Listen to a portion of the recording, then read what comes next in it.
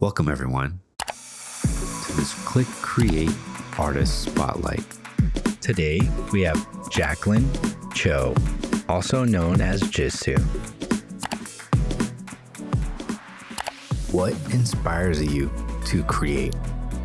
Beyond the obvious ones, like I grew up with a lot of anime, a lot of comics, drawing a lot of inspiration just aesthetically from there. You know, I get a lot of inspiration from sculpture, fine art, contemporary modern art, especially. And that's kind of where you see in my work, there might be these like psychedelic, trippy, almost abstractions. But I think that's kind of what people get drawn towards because there are these elements I'm taking from that are from different pockets of the creative world.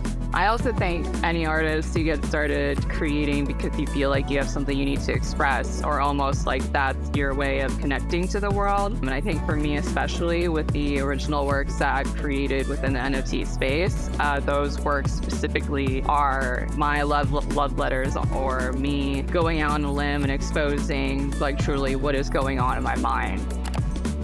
What words describe your artistic style? I'd say subversive. When I make a piece, I try to make it striking. I think a lot of people see that there's a lot of chaos within my pieces, yet it's a little controlled. So like maybe like controlled chaos. I'd also say it leans a little bit more editorial and contemporary, even though it draws a lot of inspiration from like pop culture or anime. That's what I grew up being inspired by. I think it leans a little bit more into being like a piece instead of just like a illustrated drawing.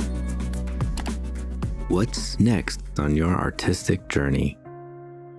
So I do actually have a number of projects that I've been working on, and the really frustrating part is that I think a lot of them I can't share too much specifically, but I can share that I have been working on a generative project for quite a while, and it does have some big names attached to it. I can't drop what names, but it is going to be like a 3D release modeled off after like my art style, so I've been overviewing and directing that for quite a while. And it's looking like fantastic. Like I wish I could share, but yeah, the level of quality there is quite high. Other things I've been working on, I have my own personal projects that I haven't really actually shared this publicly, but I've been signed with management. You know, my management, they have such a crazy network and ecosystem that I've really been playing my cards right to build up something really, really wonderful. Not just like innovative, but just like super high quality and like setting a new standard for what I think you can expect from like an independent digital artist. You know, that goes more into line of like mainstream releases though. So like physicals, apparel, merch, marketing campaigns, stuff like that. We've been working on a big thing there. And then on the side, I've people maybe don't know this, but I do a lot of like freelance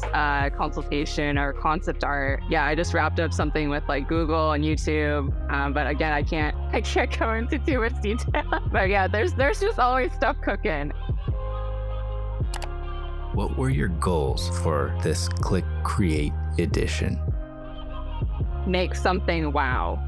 Something wow that wows not just the audience, but also wowed me. When I was first approached to work on this, I actually was 50-50 about whether I'd actually be able to participate due to scheduling issues. You know, I have this problem personally where I am too perfectionistic and I'll almost quadruple the time I need to like finish something. But if I really believe in myself and I'm very just confident in my strokes and my ideas, I can finish a really great thing super fast. And I think with this drop, that's actually what I wanted to challenge myself with. And then also that going into the idea of like staying true to myself is if I don't give myself the time to guess my decisions, and I'm actually just going with what is flowing out naturally.